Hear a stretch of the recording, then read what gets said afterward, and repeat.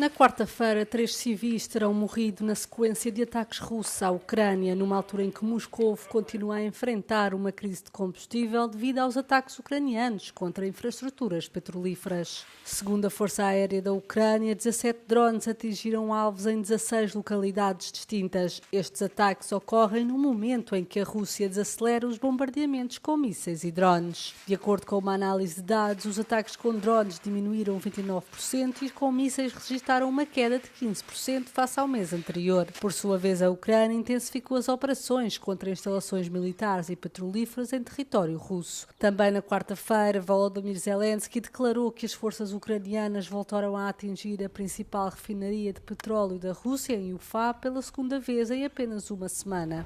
Nas últimas semanas, as forças ucranianas têm levado a cabo sucessivos ataques contra infraestruturas logísticas e energéticas russas, uma estratégia que, segundo os analistas, tem contribuído para reforçar a posição da Ucrânia no campo de batalha.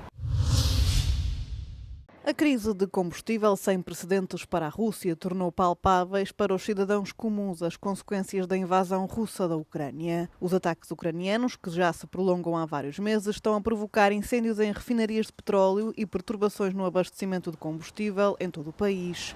Entre a população cresce o descontentamento e a ansiedade. Ситуация не очень хорошая. По телевизору одно говорят, на самом деле все другое. Народу полно, бензин, не знаю, народ везде стоит. Ну, как, придется стоять, потому что бензина уже нет в машине. Очень плохо все. Печально. В стране, которая нефть делает, нет бензина.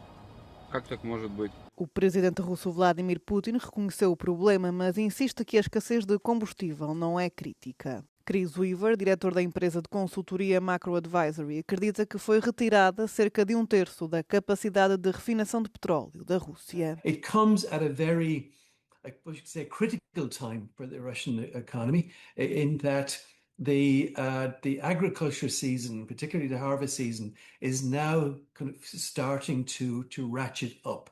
And this is the time of year when, in any event, there is a big demand for diesel from the agriculture sector.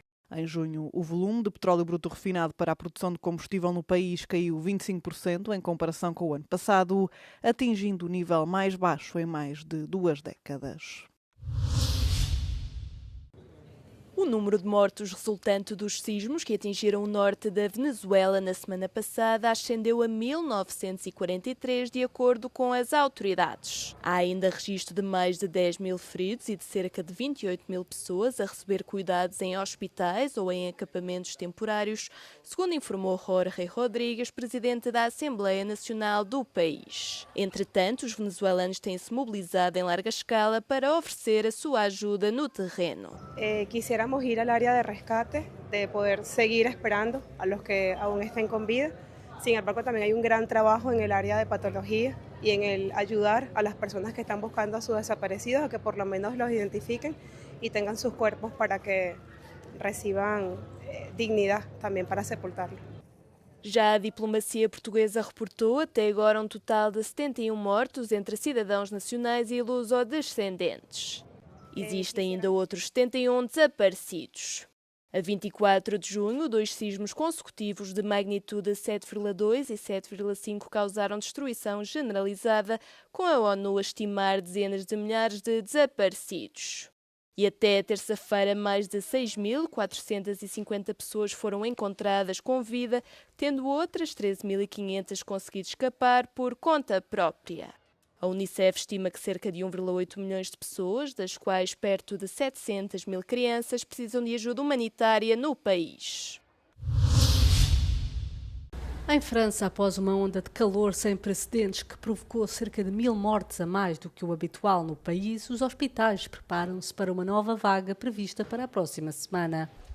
Durante o calor extremo, as unidades de saúde enfrentaram uma forte pressão devido ao aumento significativo das admissões e à falta de equipamentos adequados a temperaturas extremas, como foi o caso do Hospital Paris-Saclay.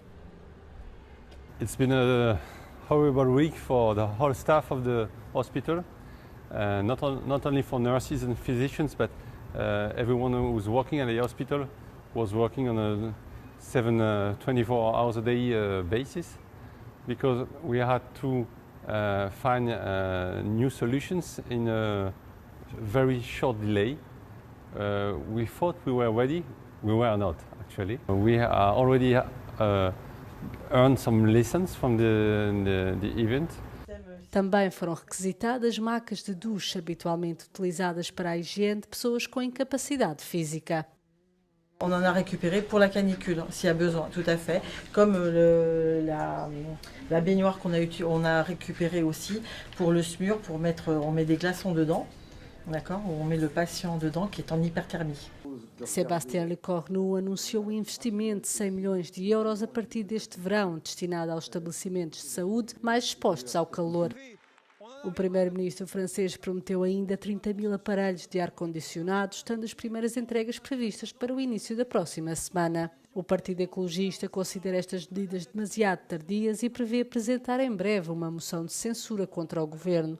Na quarta-feira, a porta-voz do Executivo, Maud Brejon, reagiu afirmando que tal medida não vai travar as alterações climáticas. O presidente do Partido Popular Europeu afirmou à Euronews que a União Europeia não pode sacrificar a sua indústria devido às alterações climáticas, numa altura em que uma onda de calor brutal que assola a Europa já causou cerca de 1.300 mortes.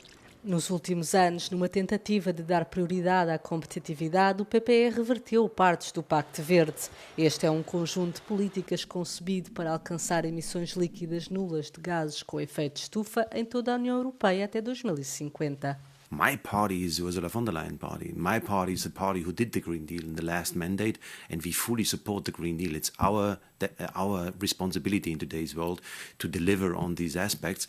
What we are asking for is to be reasonable in the business aspect, and that is what we are. We cannot kill our industry due to climate change. Weber afirmou que a utilização do ar-condicionado é uma necessidade, apesar de esta gerar calor e contribuir para as emissões de gases com efeito de estufa quando alimentado por combustíveis fósseis.